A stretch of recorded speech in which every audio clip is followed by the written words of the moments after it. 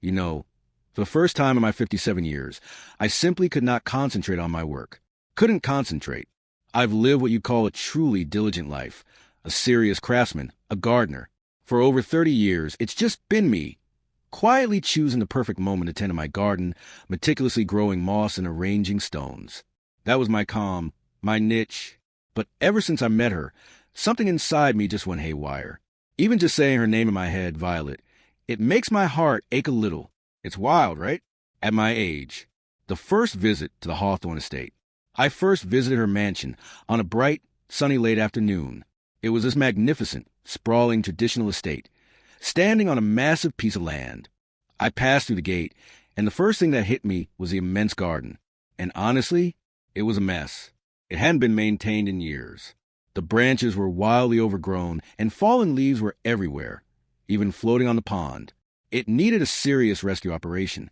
So sorry to have kept you waiting. I turned around, and there she was, a woman in a breathtaking pale purple kimono. Wow.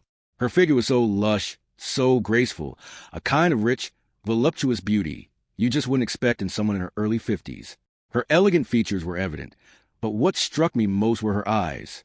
They held a hint of profound loneliness. Mrs. Hawthorne, thank you for having me. No, thank you, Mr. Miller. I'm eager to see your work on the garden. I tried my best not to tremble.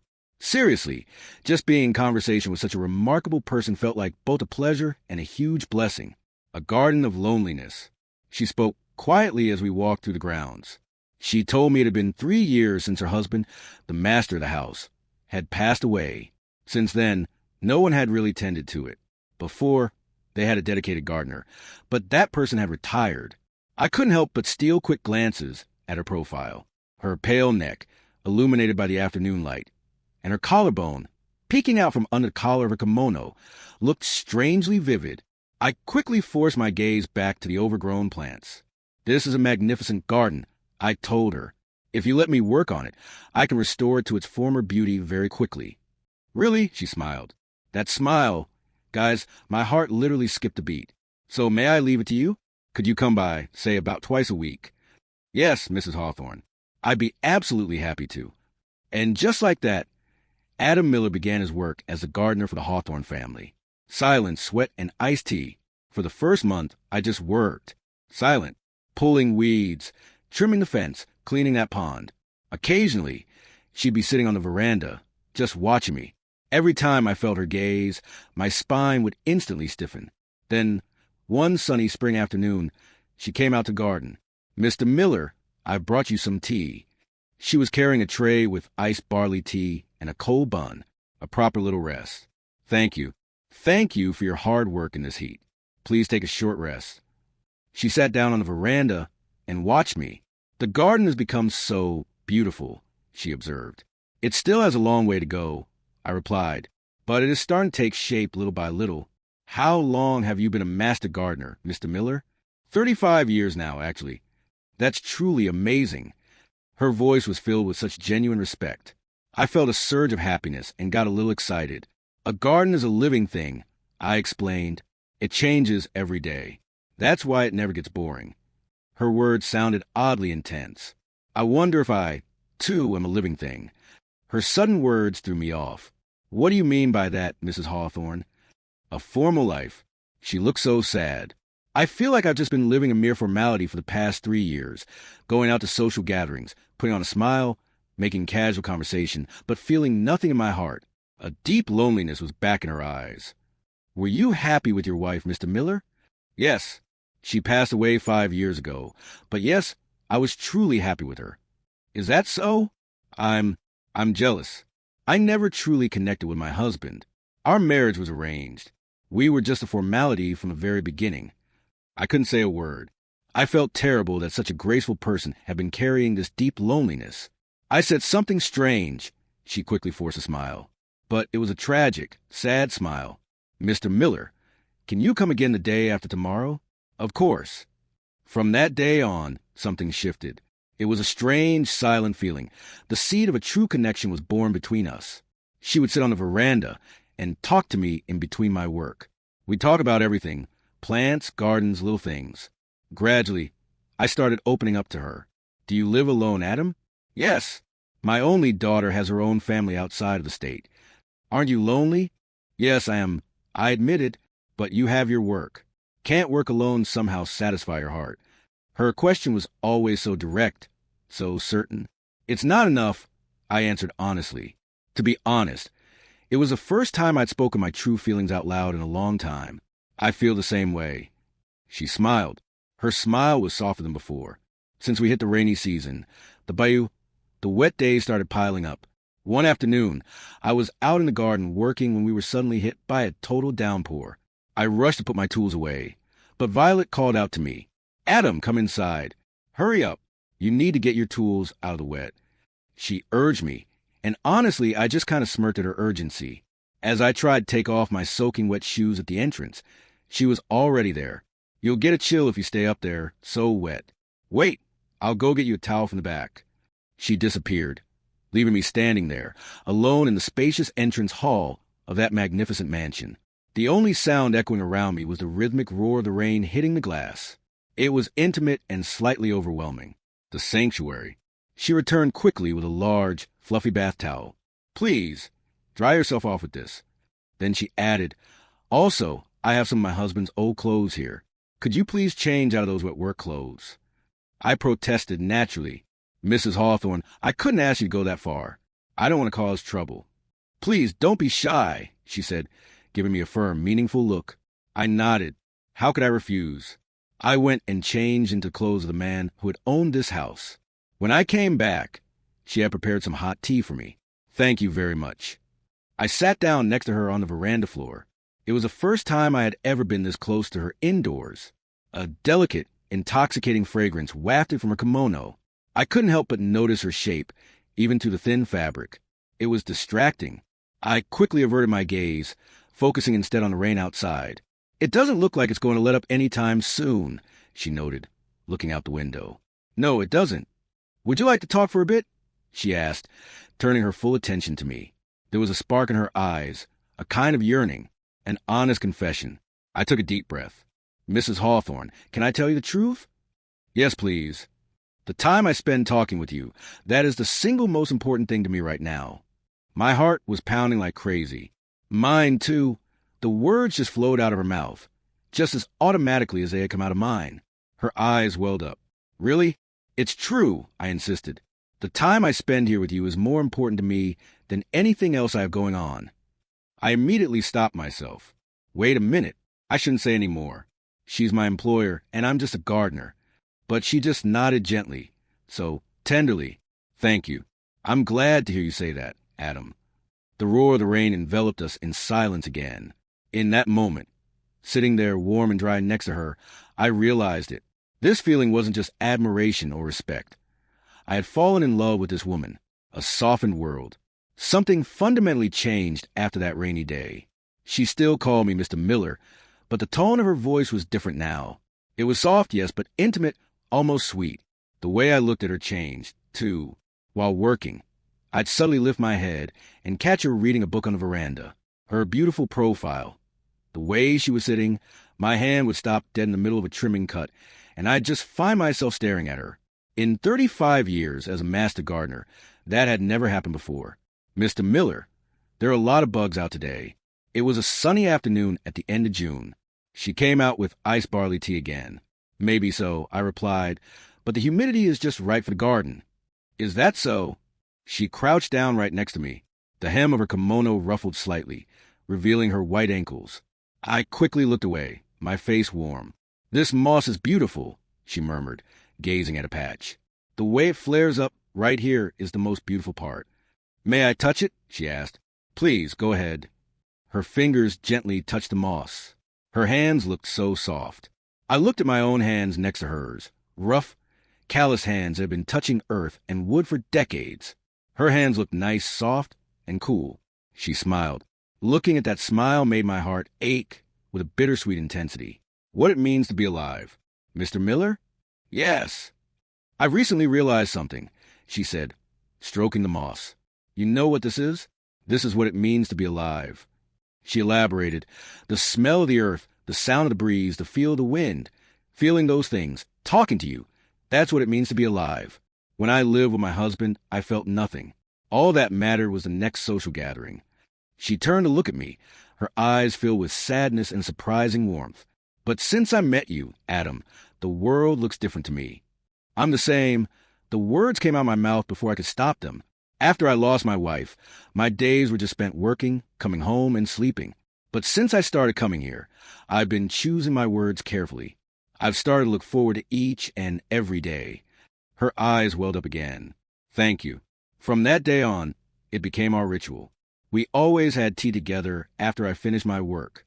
We'd sit side by side, looking out at the garden and talking about everything and nothing. Adam, you truly love your work. I do. Gardening, to me, is about nurturing life. Nurturing life, she repeated, thoughtfully. I'd like to grow something, too. You can grow anything, Mrs. Hawthorne. She looked at me, and I felt a deep, unspoken meaning in her gaze. July hit, and summer arrived with a vengeance. I started showing up to work early, like clockwork. It was partly to avoid the brutal heat of the day, of course. But if I'm being honest, the real reason was I just wanted to see her more. Good morning, Mr. Miller. She showed up at 7 a.m., wearing a light summer robe. At that moment, my breath literally caught in my throat. Her graceful, voluptuous figure was clearly visible through the thin fabric. Her curves, her breasts, her waist, her rounded hips. I didn't know where to look.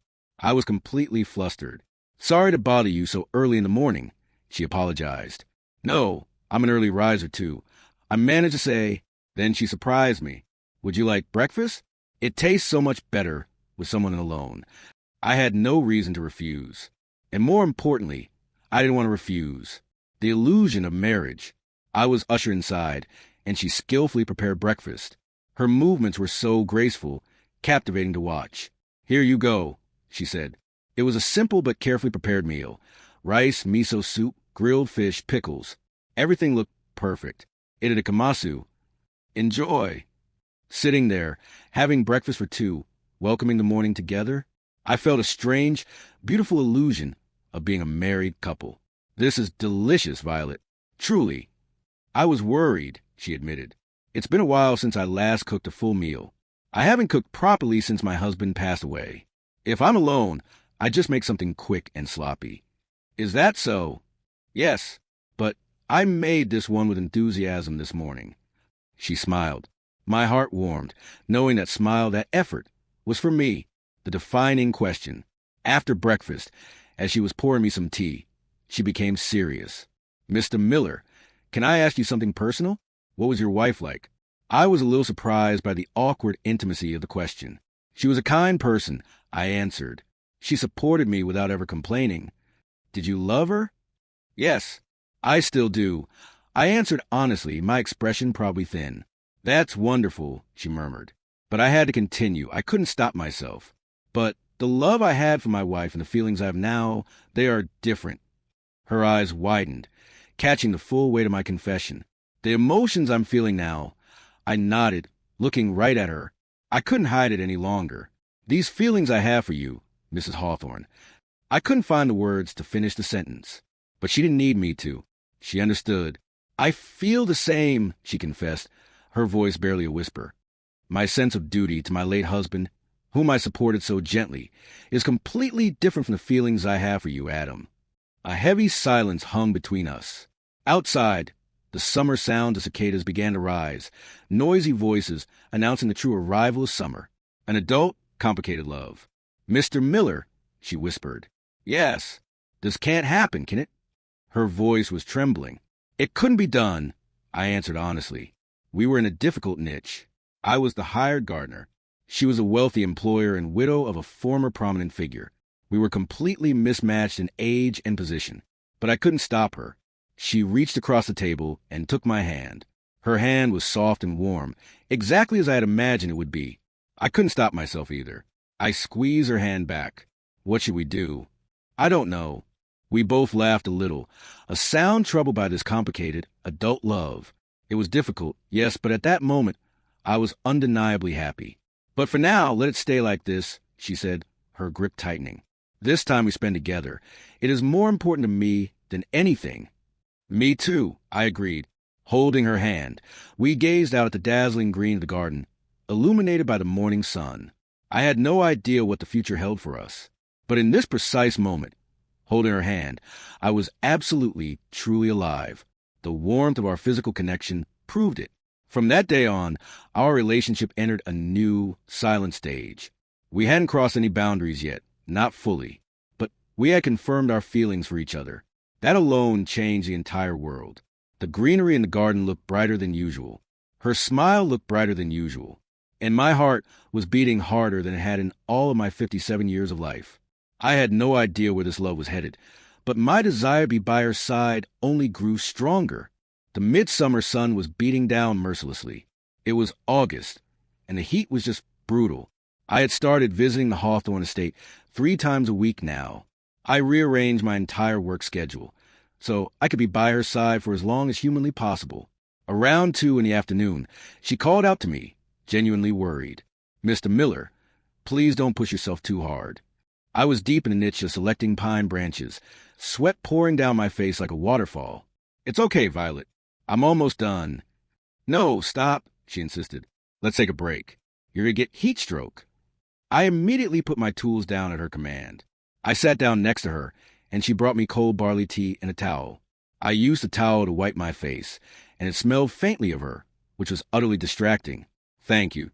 As I was drying my face, I realized she was staring at me intensely. "Is something wrong?" I asked. "No," she said softly. "It's just, looking at you right now, Mr. Miller, covered in sweat, you look so manly." Her words hit me like a physical shock. I'm a 57-year-old gardener, not some young romantic hero. My heart absolutely hammered my chest. "I'm not like that," I mumbled, embarrassed. "No, you are. You're truly wonderful." Her gaze dropped to my arm. The sleeves of my work shirt were rolled up, revealing skin that was tanned and muscular from years of labor. "I'm sorry, Adam." I said something strange. She quickly looked away. Her shyness was so cute, I couldn't help but smile. "No, I'm happy, Violet." "Is that really true?" "Yes," she confirmed. A sweet, undeniable atmosphere flowed between us. The Western clothes. Then she stood up. "Please wait just a moment. I'll bring you something even colder." She disappeared into the house. I sat there alone on the veranda, gazing at the garden, but my mind was spinning. Her eyes had been fixed on my body. That realization brought back my sense of self as a man, something I hadn't felt in a long time. Even at 57, there's still a part of me that is thrilled to be seen that way by a beautiful woman. After a short while, she returned. Her appearance took my breath away. She was wearing a thin blouse and a knee-length skirt. Western clothes. It was the first time I'd seen her out of a kimono. Her curves were more apparent now, a feminine style that was completely different.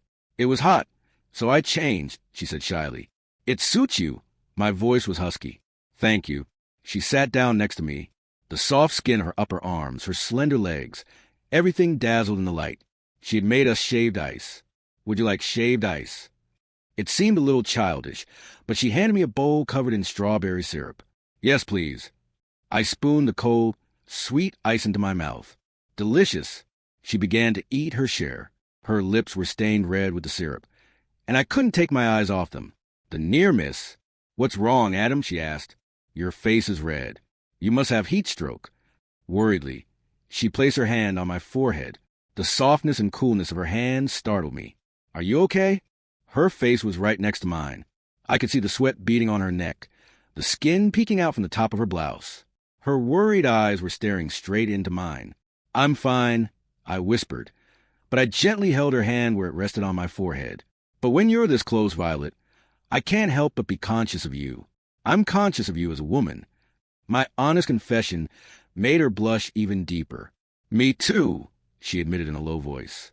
"When I saw your sweaty figure, Adam, my heart ached. I want you to hug me, Violet." The words screamed in my head, but I swallowed them. "I'm not ready yet. This person is too precious for me to rush." She cut me off, seeing the conflict in my eyes. "I know that, Adam.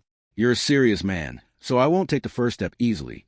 "I feel the same," I said. She gripped my hand tightly. "But these feelings are real." "I feel the same." We stared at each other. We were so close. I was leaning in, she was leaning in. We almost kissed. Then the doorbell rang. Breaking free, we quickly separated, startled. "Excuse me." "Please wait a moment." She stood up and disappeared into the house. I took a deep breath, my heart hammering a chaotic rhythm against my ribs. That was close. After a while, she returned, her expression a little frightened. Is something wrong? I asked. A neighbor came to say hello, and they asked about you, Mr. Miller. They noticed you were coming around a lot. She gave a wry smile. It seems like a lot of men have been coming and going lately, she said. What did you tell her? I told her you were the new master gardener, I said, but it didn't look like she fully believed me. I've been caught gossiping about. I guess it's not good for me to come over so often after all. I sighed. Not at all, she said firmly. I want you to come. For me, I don't care what others think. She took my hand again. I don't want to hold back any longer. The raw passion in her words shook my heart. Violet, I've always lived my life worrying about what others think. As his wife, I had to keep up appearances and suppress my true self. Tears welled up in her eyes. But it wasn't until I met you that I was finally able to be honest with my feelings. Me too. I held her close, pulling her into an embrace.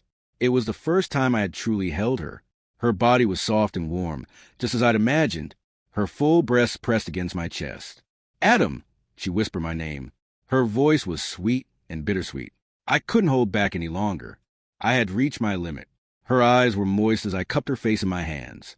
My lips were trembling, too, and then our lips met. Our first kiss. I never thought a kiss would make my heart flutter so much after turning 50. Her lips were soft and faintly sweet. The taste of strawberry syrup still lingered. It felt like time had stopped. We held the kiss, and for a long moment, we remained locked in each other's arms, unable to move. What would happen next? She buried her face in my chest. I don't know, but there's no turning back now, is there? I asked. That's right, she agreed, raising her head. Her eyes were filled with determination. I have no intention of turning back. Neither do I. In the midsummer sunshine, we took a new step forward. I didn't know what awaited us, but with her by my side, I felt like we could overcome any difficulty. I truly loved her, and she loved me. That was finally enough. Our relationship changed completely after that first kiss. On the surface, nothing was different. I was still the gardener, she was still the employer, but our time together was now the time of lovers. Just that single moment, that commitment, had transformed my world. The greenery in the garden looked more vibrant. Her smile looked brighter, and my heart was beating harder than it had ever been in my 57 years. I still had no idea where this love was headed, but my desire to be by her side only grew stronger. The typhoon. Early September arrived. I was out inspecting the garden, checking the fastenings and securing things in preparation for a strong wind, a typhoon, that was expected to hit. Mr. Miller, please stay tonight, she said with a sudden, serious expression. With a typhoon coming, I couldn't exactly refuse, even though it was a favor I couldn't return. But I knew her request was more than just practicality. She didn't want the people around us to notice me leaving during a major storm. She took my hand. I couldn't bear it if something happened to you on the road tonight. I nodded, my mind made up. I understand, Violet. The wind began to pick up in the evening. Rain lashed against the windows, and the trees swayed violently outside. I was shown into a lovely guest room. I changed into a simple cotton robe she had prepared for me and joined her. We've been waiting for you. Dinner's ready. A beautiful, elaborate meal was laid out on the table. She was a little nervous. I could tell. It was a special night. Her makeup was a little heavier, and her hair was carefully styled. She was wearing a stunning deep blue kimono that accentuated her pale skin. We greeted each other and sat down. Our conversation flowed naturally as we ate, but we were both acutely aware that tonight was going to be different. A sacred vow. Adam, she said, bringing over a bottle of fine, expensive liquor. Do you like wine or spirits? Just a small sip is fine, thank you. Would you like to drink this with me? She asked. I took a sip of the liquor she poured. The warmth spread through my body as it went down. It's delicious. It was something my husband treasured, she explained. I felt a sudden pang of guilt. It's a shame to open it. No, she said, shaking her head. I think he'd forgive me if it was with you. She poured more into my cup. Her hand was shaking just a little. Are you nervous, Violet? Yes, she answered honestly. Me too. I know what's going to happen. Her words made my heart race. But I'm not scared. I'm not scared either. I promised. We stared at each other. A storm was raging outside, but inside the room it was quiet, warm, and charged with possibility. After we finished eating, she stood up. "Come with me, Adam." She led me to a traditional room, about 8 mats in size. A hanging scroll was on the wall, and a futon was laid out in the center. "Adam, you'll be here tonight." She gazed at me, her eyes filled with determination and a breathless anticipation. "Are you absolutely sure, Violet?" "Yes." She took my hand. I couldn't wait any longer. I held her close for the second time, but tonight was worlds different. I could feel her body heat through her kimono, her full breast pressed against mine. Our heartbeats resonated together, becoming one. I whispered her name for the first time that night, Violet, and she answered by whispering mine, Adam. In that moment, we stopped being the gardener and the widow. We became simply a man and a woman. This time, the kiss was deeper, more intense. Our bodies intertwined, our breaths mixing, and I slowly, carefully laid her down on the mat. "Are you afraid?" I whispered. "Not with you," she replied. My hand touched the wide sash of her kimono. "Is this okay?" "Yes."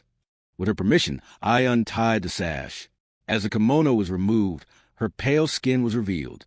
I was taken aback. Her body was even more beautiful than I had imagined. Full breasts, a slender waist, gracefully rounded hips. Such luminous skin, you'd never guess she was 52. "Don't look," she covered her face. "It's embarrassing." "You are beautiful," I said honestly. "You are so beautiful." Tears welled up in her eyes. "No one has ever said that to me before," she whispered. "I can't believe it." I touched her body. Her skin was soft and warm, like the finest silk. "Adam," she whispered. She reached up and untied my robe. Her fingers were trembling. I was nervous, too. I never thought I'd be this nervous at 57, but it felt incredible. Our skin touched. Our warmth mixed. "Adam," "Violet." We called each other's names, and we became one. The storm outside drowned out our voices. Her body responded in an astonishing way, as if a passion that had been sealed away for many years was suddenly bursting forth. "Adam!" Her loving voice rang sweetly in my ears. "I love you," I told her. "I love you, too," she promised. We rode together, climbing higher and higher. I lost all sense of time. My world was filled with the warmth of her skin and her trembling body. And then we both reached our peaks at the same moment, the dawn of a new life. "Adam!" She cried out my name, and the sound filled the air. I called hers, and it was the happiest moment of my 57 years. For a while, we remained in each other's arms, unable to move. Our skin pressed together. Our ragged breathing subsided. "I'm so happy," she murmured, burying her face in my chest. "I'm happy too, Violet." I stroked her hair, slightly matted with sweat, tangled around my fingers. I had never felt so fulfilled before. It was true. My nights with my late wife were happy, but tonight was different. It felt as if years of loneliness were being healed all at once. "Will you stay with me forever?" she asked. "Of course." "Really?" "I'm serious." I hugged her tightly. "Don't talk anymore. I'm just so happy." She looked up at me, her eyes moist with tears. "These are tears of joy, Adam. For the first time in my 52 years, I feel truly loved. I love you." For a long time, we just held each other close, listening to the remnants of the storm. "Can we do it again?" she asked shyly. "Of course." I kissed her deeply. We made love many times that night, releasing all the emotions that had been building up over the years. When I woke up in the morning, she was sleeping peacefully in my arms. Her face was calm and happy. I made a solemn vow. I would protect this woman. No matter what difficulties we faced, I would make her happy. I believed that was my mission now. Outside, the storm had passed. A quiet, clear morning had dawned. It was the start of a new day and the start of a new life for us both. Our relationship completely transformed after the night of that storm. On the surface, we still played the roles of gardener and employer, but our time together, that was the time of lovers. It was mid-September, and the signs of autumn were starting to grow stronger. "Hi, Adam, you came early today." Violet met me at the front door. After making sure no one was watching, we shared a quick, light embrace. I missed her, so I gave her a fast kiss on the lips. "Today's plan is the usual. Work on the garden this morning. The afternoon is up to you," I whispered in her ear. She lightly tapped my chest. "Is that really appropriate in the middle of the day?" she teased, but her eyes sparkled. It's not okay, but... Flirting in the garden. As I started to work, she was there on the veranda, reading a book. Every time I felt her gaze or saw her look up from the book and smile at me, my heart warmed. Adam, tea. Just before noon, she brought me cold barley tea. Thank you. I reached out my hand, and she deliberately brushed the back of my fingers. A clear little spark. Hey, what was that? Don't try to seduce me. I chuckled. I'm not trying to seduce you, she replied, smiling mischievously, with that playful expression. She seemed like a different person from the reserved woman I first met. She looked so happy, so feminine, so alive. It quickly became our habit. We always ate lunch together after morning's work. What did you make today, Violet? Grilled salted fish. It was in season, she told me. We spent our time together like a genuinely married couple, sharing stories and quiet affection. This is delicious, I said. Good. I think I've learned your taste now, haven't I? She observed. Is that so? Tell me. I prompted, fascinated by her observation. Yes. You prefer dishes that bring out the natural flavor of the ingredients rather than strong flavors, she said confidently. You're very observant. Because I want to know everything about the person I love, she said, looking shyly down at her hands. I want to know more about you, too. The pressure to hide. After dinner, we moved back to the veranda. The mood became serious. Hey, Adam, she started. Yes. Is this okay? What do you mean, Violet? How long do we have to keep hiding like this? I didn't have a good answer. We both knew the reality. I was a master gardener. She was the wife of a former prominent politician, a woman with a high social standing. Our social status is so different, she whispered, and tears welled up in her eyes again. But I can't take it anymore. I want to be with you openly. I pulled her close. I feel the same way. Truly, I do. But I don't care what others think, she said firmly, her voice regaining its strength. I don't want to care what others think anymore. I want to prioritize my own happiness. Then she asked a question that made my heart stop. Adam Miller, will you live with me? Together? I felt myself gasp. Yes, she said. She put her hand over my mouth before I could offer any excuse. Don't you dare tell me you're not worthy of me or this house, or of being my husband. You are the one I love. You deserve more than that. I just stared at her in silence. This was moving much faster than I had anticipated. Let me think about it, Violet. For how long? She pressed. She was a little dissatisfied, but she finally nodded. Okay, but don't keep me waiting too long. Day's desire. That afternoon, we made love again. During the day, it had a different kind of grace than at night. Her skin shone pale in the soft light filtering through the shoji screens. Adam! She clung to me, her body hot and soft, yearning for me. Hurry! I held her close, connecting deeply. Our breaths met, our sweat mixing. I'm so happy, she murmured, her voice filled with quiet pride. I couldn't count how many times we'd been together now. But each time felt fresh, and each time we loved each other more deeply. Afterwards, we spent some quiet time together, lying in each other's arms. Hey, Adam? Yes. What do you think our future holds? I don't know, I answered honestly. But I want to be with you. That's enough for me. It's enough for me, too, she replied timidly. But could I be a little more greedy? I want to proudly call you my husband. Her words warmed my heart instantly. That's what I want too, Violet. So let's make it happen. She looked at me, her eyes filled with determination. A few days later, an incident occurred that forced our hand. I was tending to the garden, completely absorbed in my work, when a strange man came to the door. Excuse me, is Mrs. Hawthorne in? He asked the servant. Who is it? I heard a voice ask. A relative, the man replied. The man, who looked to be in his late 50s, was wearing an expensive suit. When Violet came out and saw him, her face completely lost its color. Uncle, it's been a while, she said, her voice strained.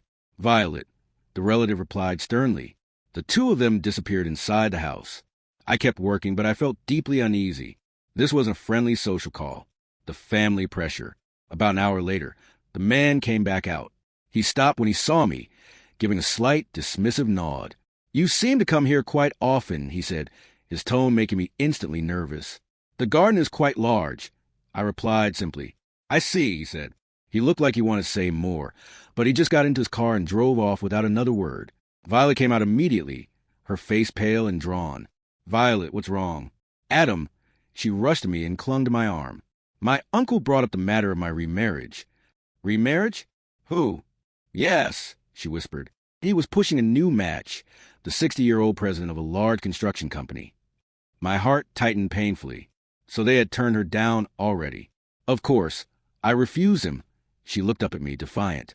I told him I already had someone I loved. Was it okay for you to say something like that? I worried. Maybe not, she admitted, burying her face in my chest. But it was the truth. The final resolve. Adam, I'm scared, she confessed. What are you scared of? Losing you. Losing this. I hugged her tightly. I won't lose you, Violet. Never. Truly, truly. I made up my mind right then and there. I wouldn't run away from this pressure. I had to protect her. Let's live together soon, Violet. Let's make it official. Her eyes widened, shining with instant relief and joy. Really? Truly? I want to be your wife. Tears welled up in her eyes again, but these were different tears. Adam, I don't care what others say. I want to be with you. I'm so happy. She wrapped her arms around my neck. I've been waiting for this for so long. As we embraced, I renewed my deepest resolve. I would stick to this love. No matter what difficulties came from her family or from society, I wouldn't let her go. That was my promise to her and to myself. October was drawing to an end. The trees in the garden were in full bloom, the autumn leaves painting the ground red and gold. I was quietly collecting the fallen leaves, breathing a sigh of relief as the work was both calming and necessary. Adam, let's take a short break. Violet brought out hot tea. This time, there was absolutely no hesitation between us. Thank you. I gently put my arm around her shoulder as we sat next to each other on the veranda. The autumn leaves are beautiful, I mused. They are, she agreed, but they fall quickly. You don't get to keep them. That's why they're so beautiful, I suppose. Our conversation was now so natural, so easy. The decision. 2 weeks had passed since I had agreed to marry her, and since she had refused her uncle's remarriage request. The pressure from her relatives was definitely growing, but Violet continued to stand firm. My uncle called me again yesterday. She smiled wryly. He asked if I was really planning to be with the gardener. Don't worry about it. I told her. I won't. I told him I'm proud of you, Adam. I truly respect you for having lived your life as a craftsman, as a master gardener. Those words, more than anything else, made me the happiest man alive. Thank you. She turned, her face suddenly serious again. Adam, let's make the decision now. I want to finalize our marriage registration within this month. Are you absolutely sure, Violet? No second thoughts. There's no right or wrong anymore. I just want to be your wife. I looked at her, this 52-year-old woman staring straight into my eyes with unwavering conviction. I understand, I said. I'm ready too. Thank you. She hugged me tight. I'll make you happy, I vowed. I'm happy enough already, she countered. The confrontation at the gate. That afternoon, we got ready to go to the City Hall registrar's office. I'm nervous, you know, she admitted. Me too, I confessed. We walked out the front door, holding hands. At that exact moment, several of her relatives were standing right in front of the gate, waiting for us. Her uncle was at the head of the group. Are you serious about this, Violet? Her uncle demanded sternly. I am serious, she said, her voice clear and steady. What about the family's honor? What about your position? Violet gripped my hand tightly. My happiness is more important than honor. This is my life.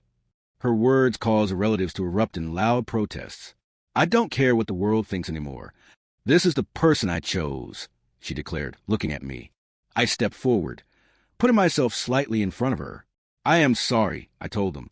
I certainly have no status or wealth. I'm just a gardener. Their gazes were cold, dismissive, but I am confident I can make Violet happy. On what basis? Her uncle scoffed. I looked him straight in the eye.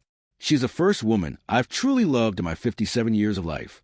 I will protect her, even if it means giving my life. The relatives fell silent. Violet, let's go. I took her hand, and, leaving her speechless family behind, we started walking, the triumphant tears. It's okay, Adam. We won't let anyone get in our way again. We submitted our marriage registration at the city office. Congratulations, the official said, and the simple word brought the reality of it all rushing back. Thank you. When we walked outside, Violet started crying. What's wrong, my love? I asked, worried. Tears of joy. she smiled, wiping them away. I've really become your wife. I hugged her tight. I was the one who couldn't believe it. From now on, I'm Adam Miller, your partner, and you are my wife. Husband, she corrected, smiling. When we returned home, we laughed together and held a quiet celebration just for the two of us. We had officially become Mr. and Mrs. Miller. For the first time as an officially married couple, we toasted each other. Hey, Adam, she said shyly, a sweet blush rising on her cheeks. Let's make love again tonight. Of course, I replied. After we finished our quiet celebration dinner, we headed to the bedroom. Tonight felt special, so she had changed into a brand new robe. The thin fabric highlighted her curves perfectly. You are beautiful, I whispered. Truly, you just keep getting more and more beautiful, Violet. I pulled her close and kissed her deeply, a long, lingering kiss. I carefully took off her robe, and her skin was illuminated by the soft moonlight filtering in. No matter how many times I saw her body, I was still awed. Don't look, she covered her face, embarrassed, but her body was already responding honestly to my touch. I gently lay her down on the futon. I had showered, and she had showered too. Our bodies were on top of each other. We had held each other many times before, but tonight was different. This was our first night as an official married couple. Our vows made real. Yes, Adam. Her voice rang out sweetly. I kissed her body carefully, exploring every beautiful part. Her neck, her collarbone, her chest, her stomach. I couldn't hold back any longer. She pulled me to her, and we connected deeply. Wave after wave of pleasure washed over me. Adam, Adam. She kept calling my name, her voice urging me on. Hurry. I called her name as well, building toward my peak, and we both reached our climax at the exact same time. A soft sound escaped her lips, echoing in the quiet room. I, too, felt like I had released everything inside of me. For a while, we remained in each other's arms, basking in the afterglow. I'm so happy, she sighed, burying her face into my chest. We'll be together forever now, Violet. Together forever. I stroked her hair, thinking, I am so glad I met you. Me too, she murmured, as if reading my mind. We fell asleep in each other's embrace. The happiest morning. When I woke up the next morning, Violet was right next to me. My wife was next to me. That single fact was the happiest thing I could imagine. Good morning, she opened her eyes. Good morning, my love. I gazed at her peaceful face in the morning light. Don't stare, she grumbled, smiling. It's hard to look at when you've just woken up. No, you're beautiful. I kissed her forehead. So, from today, I'll be waking up like this every morning? She asked. Yes. I'm happy. So happy. It felt wonderful to wake up together, prepare breakfast, and share it as a married couple. It was our first breakfast together as Mr. and Mrs. Miller. What are we going to do now? She asked. What do you mean? About work? Yes. I'll continue working in the garden, of course. My niche is here. That's good, she sighed in relief. Do you like the job? I'm proud to watch over your garden, Violet. Thank you. After breakfast, I went out to garden. It was a strange, beautiful feeling to be tending to my own wife's garden. I was out in the garden, working, a strange, wonderful feeling now that I was tending to my own wife's property. Adam, T. Just as before, Violet was sitting on a veranda, watching me. Thank you, I said, sitting down next to her. We looked out at the garden, the autumn leaves looking gorgeous under the morning sun. I met you in this garden, I said softly, taking her hand. That's right, she agreed. Do you think it was just luck or destiny? It was destiny, she affirmed, squeezing my hand. This garden brought us together. Let's promise to cherish it. Yes. We gazed out, envisioning the years ahead. In spring, the new greenery sprouts. In summer, the garden is covered in deep green. In autumn, the leaves turn red. And in winter, the snow falls softly. We will grow old together with this garden, Violet. Adam, she murmured, looking at me, I am so happy. I am, too. I held her close. I found true love at 57. You know it's never too late. Life can shine at any time. With someone to love, you can find happiness at any age. We are living proof of that. The trees in the garden swayed gently in the autumn breeze. Their quiet melodies sounded like a celebratory song to me, a song welcoming the start of our new life. Let's keep walking together, my love. I promised. We vowed to each other, Simply, as we admired our beautiful garden and loved each other completely. Outro and call to action. Did you enjoy today's story? This channel posts heartwarming adult love stories for seniors every single day. If this story touched your heart, please subscribe to my channel and give this video a thumbs up. It seriously encourages me to continue making these videos for you. You can also click on the screen now to check out some of my past videos. Thanks for watching, and I'll see you tomorrow.